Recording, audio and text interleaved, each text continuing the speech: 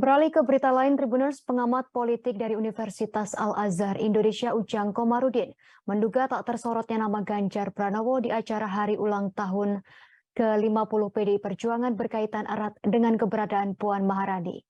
Sejak lama Ganjar dan Puan disebut-sebut bersaing di internal PDIP untuk mendapatkan tiket pencalonan Presiden Pemilu 2024. Sementara dukungan elit PDIP sejauh ini cenderung mengarah ke Puan Maharani, sang putri mahkota partai. Ujang berujar sosok Ganjar lebih banyak didukung kader PDIP di kalangan bawah dan masyarakat akar rumput. Hal ini terbukti dari elektabilitasnya yang tinggi. Gubernur Jawa Tengah menjuarai survei berbagai lembaga dengan tingkat elektoral tembus 30%. Mengungguli mantan Gubernur DKI Jakarta Anies Baswedan dan Ketua Umum Partai Gerindra Prabowo Subianto. Sementara dukungan untuk Puan banyak berasal dari petinggi-petinggi PDIP.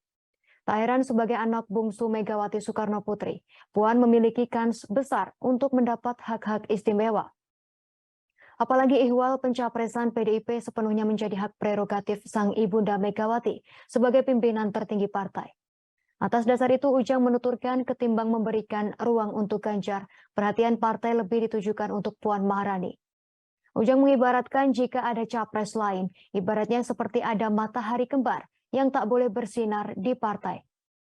Ujang menilai dalam pidato HUT ke-50 PDI, Megawati tampak lebih condong membela putrinya sendiri. Ini tersirat ketika Presiden kelima RI itu berulang kali menyinggung peran penting perempuan. Meski tak menyebut nama Puan secara langsung, namun pidato Megawati mengesankan bahwa ia mendukung seorang perempuan menjadi pemimpin. Sebelumnya diberitakan sosok Ganjar Pranowo tak tersorot di acara hari ulang tahun ke-50 PDI Perjuangan yang digelar di Jakarta International Expo Jakarta Pusat pada Selasa 10 Januari 2023. Dalam pidato 1,5 jam Megawati Soekarno Putri, nama Ganjar tak sedikit pun disebut. Ganjar juga tak diperlakukan spesial sebagaimana elit-elit partai. Ia tak mendapat potongan tumpeng dari Megawati, juga tak duduk di barisan kursi tamu terdepan.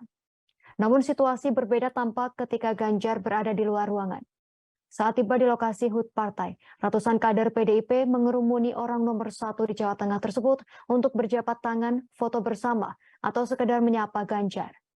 Usai acara, Ganjar juga kembali diserbu ratusan kader Partai Banteng. Bahkan teriakan Ganjar Presiden sempat menggema di kerumunan massa.